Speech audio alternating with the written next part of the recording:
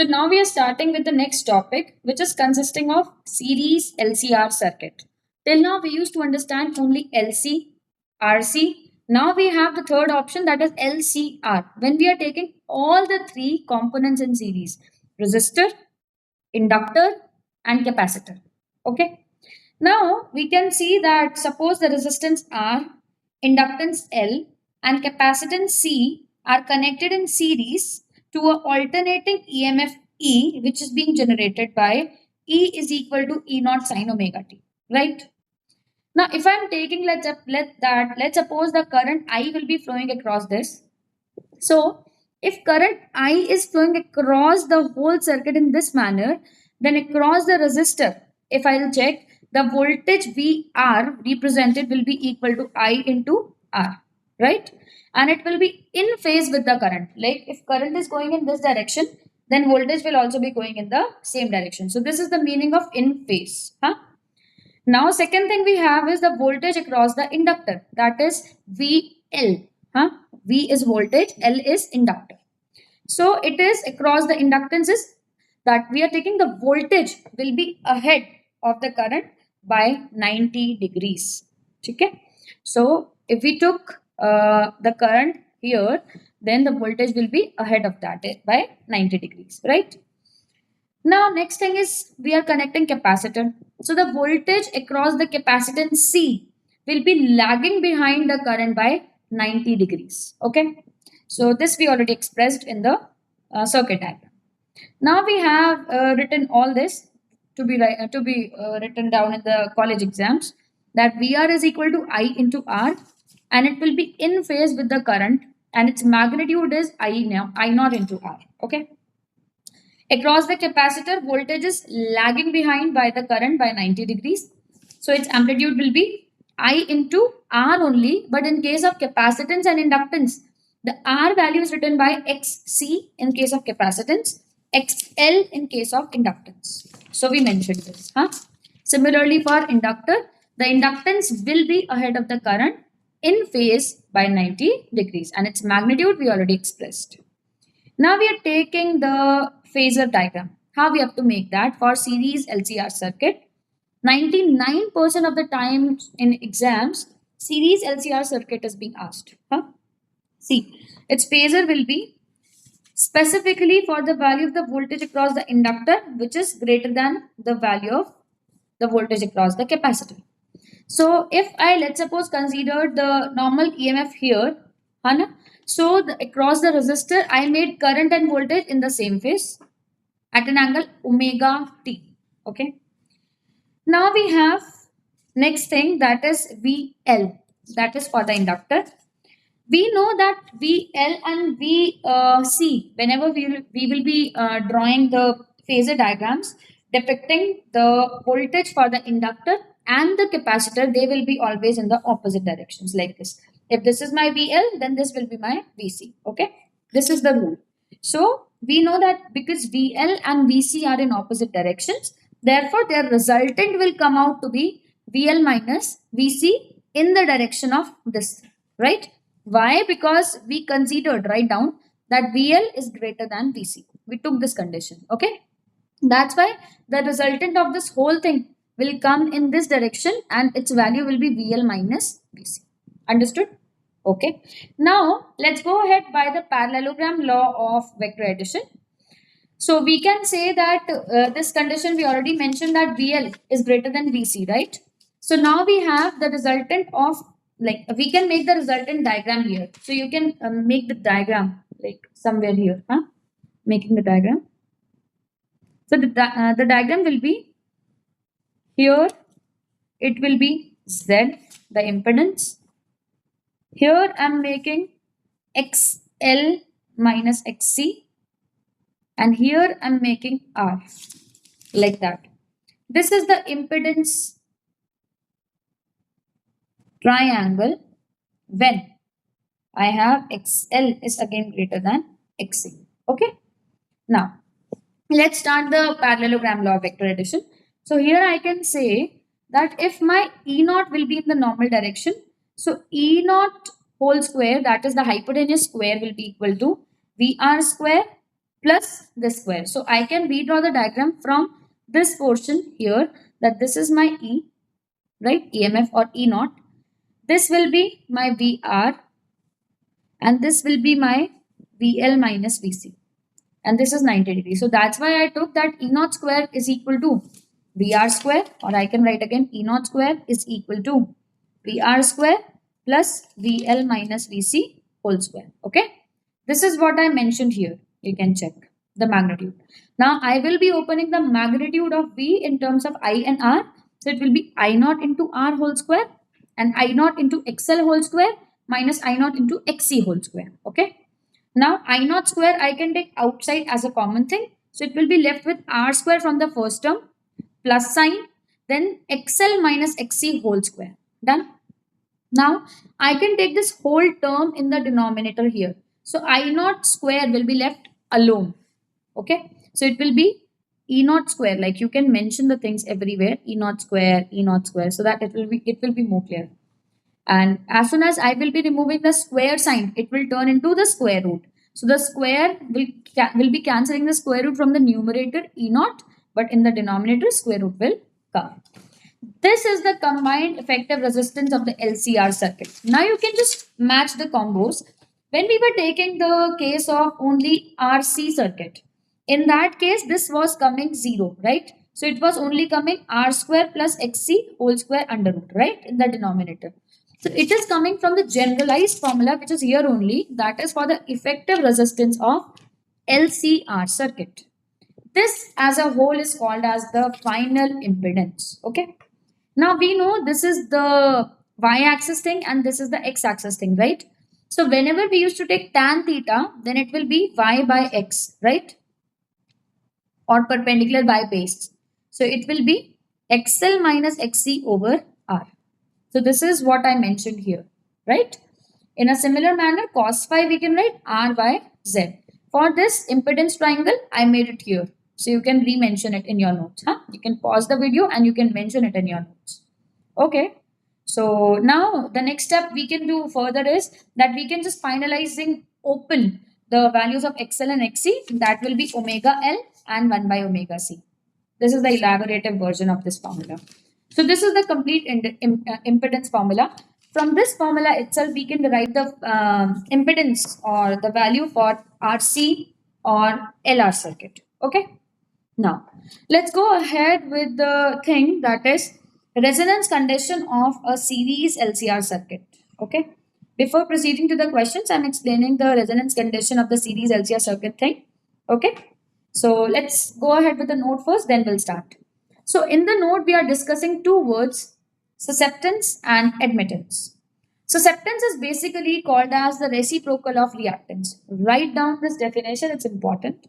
And its SI unit is mho. Admittance is the reciprocal of impedance only of the AC circuit and its SI unit is mho again. Okay. The difference is it is of the reactance and it is of the impedance. Okay. So it is 1 by reactance means XC or 1 by XL depending upon the value capacitor is attached or inductor is attached, right?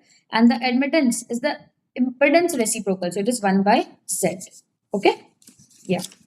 Now we are starting with the resonance condition of the LCR circuit, series LCR circuit. So how does the question used to come?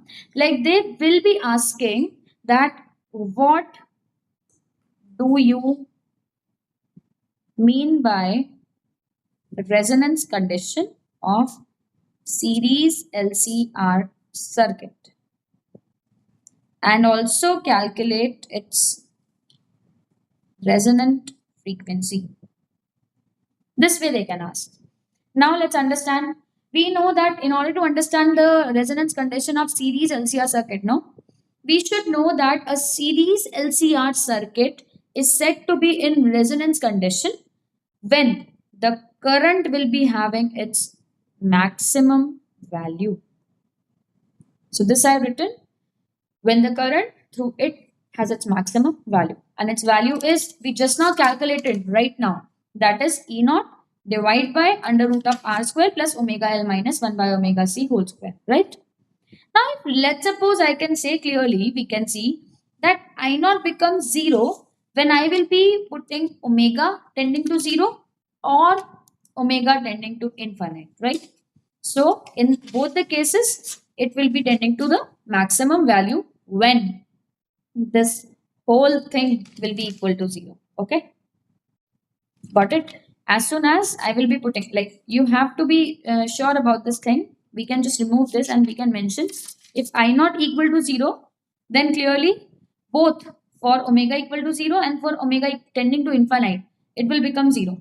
But if I have to do the value of I naught is maximum when we are putting this condition. Okay, so I can highlight this condition. This is very important. Now, how it is coming maximum? See, we know if I have to maximize the numerator, I have to minimize the denominator, right? And it can be minimized if I am adding nothing to this r value, right? So that's why I took this whole thing equal to 0. I'm repeating it again. What I said, if I have to maximize the value of the numerator, because numerator thing is inversely proportional to denominator, so this whole thing should be minimized. Okay. Now, how it can be minimized? If the value should not be added anything to this value of r, right? Then only it will be minimized. Like if this r square is alone here and I'm adding nothing to that, right? Then only it will be the minimum value, because it will be giving at least the value which is the first thing, right? But the second thing, if I can nullify as 0, then we can get the value. Huh? So how we are going ahead in the resonance condition thing, that the value of I naught is maximum when omega L minus 1 by omega C should be equal to 0. Now I can see that I can take this thing in the on the right hand side. So I'll be getting omega L is equal to 1 by omega C. Now I can take omega both the sides here. Like it will be omega square is equal to 1 by L into C. As soon as the square will be removed, it will be coming into under root, right? So it will be 1 by under root L into C. Clear? Okay. So I can see clearly that the impedance is minimum right here and the circuit is purely resistive. Okay. Why? If I will be calculating the impedance now, you can mention this thing here. Yeah. So impedance will be under root of r square plus omega L minus 1 by omega C whole square, right? So it will be getting equal to R. Okay. So in this case only, when this resonance condition will be there, then in that case, the circuit will be only purely resistive. So the current and the voltage will always be in same phase. Okay. So this condition of the LCR circuit is called resonance condition. This I already mentioned here. Now we have the frequency. What is the meaning of natural or resonant frequency? This thing we will be understanding now. So we have the thing that if the frequency is there at which the current amplitude, I'm saying, if the current amplitude attains, current amplitude means I naught, attains peak value. Okay. In that case, it is called as natural or resonant frequency, which is frequency means F and resonant means small r we are putting. Okay. So we will be writing omega r. Omega value I can write as 2 pi F. So for omega r, it will be 2 pi F r. So it will be 1 by under root LC. Now Fr, if I have to make it alone, then 2 pi will come in the denominator. So it will be 1 by 2 pi under root LC. This is the frequency when there will be a resonance condition stabilized. Okay. Now, next thing we have some characteristics of the series resonance circuit. This whole thing that we just now discussed is mentioned here. So you can take screenshot and then read it. These are the basic characteristics. Like you can take the next screenshot now. Okay. Now the next thing is we have sharpness of resonance, or this is also called as the Q factor. So the Q factor of the resonance series resonance circuit is defined as a ratio of the resonant frequency to the difference in the two frequencies when they are taken on both the sides of the resonant frequency. So what does it mean? Let's understand it graphically. Before reading this, let's understand it graphically first of all. If I'm taking two frequencies, see, one will be omega r, that is the resonant, right? So let me pull out this thing here, right? Okay. Now you can check this. First, take the screenshot because it's very important. Yeah, this thing. Now we have, if see, we have the value of omega r in the middle, and the other two frequencies, let's suppose I'm naming them as omega 1 and omega 2, I made on the other two sides of that omega r. Okay.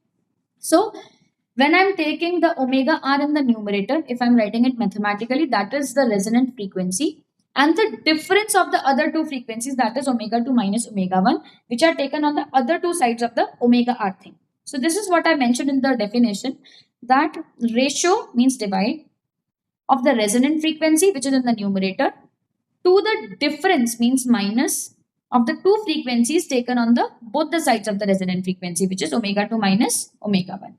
Okay, so that is called as the Q factor or sharpness of resonance. Okay, it is done in such a manner that at each frequency the current amplitude becomes 1 by root 2 times of the resonant frequency. Make sure this condition. Okay, so we can also write it like omega r will be as it is, and omega 2 minus omega 1 I can write twice of change in omega or the bandwidth. Okay. Yeah. Now we are going ahead with these two graphs, that it is the variation of the current amplitude with frequency. If let's suppose you have been given 2 or 3 graphs which are made in such a manner, so if you have to calculate which one of the graph has the highest value of resistance or low. So as soon as the graph will go at its peak value more and more, it will be having the low resistance, and as soon as it will be in a more flattered shape, that will be having the highest resistance. Okay, and this graph we already understood. So this is at 1 by root 2 times. This we already done. Huh? So we have certain note that the larger value of the Q factor, the smaller is the value of the bandwidth, and sharper is the peak in the current. So now we can conclude that Q factor is a dimensionless quantity, because in the numerator also we have omega, and in the denominator also we have omega. So we have the final formula that we will be using in our numericals. That is, firstly, we can use Q factor. This is Q, right? Write it down. That is omega r, which is resonant frequency, divided by twice of delta omega is bandwidth. Okay, which we can also open as omega r by omega 1 minus omega 2 or omega 2 minus omega 1. Next, we can also write it as omega r into L by R, which is inductance and resistance, which we can again open as 1 by omega c, right? So it will be 1 by omega c into R, or finally we can open 1 by R into under root of L by C. So in all the terms we have checked LR, RC and LC. All the ways we have checked. Oh, sorry, RLC, because we have three types of things. Okay, now let's go ahead with the expression of the Q factor that we already understood. Now we have certain numericals to be done that I already mentioned above. Practice questions and the numericals. Then the next part that we will be covering in the next video will be related to some power in a AC circuit and how we will be defining wattless current and average power dissipated. Okay, thank you.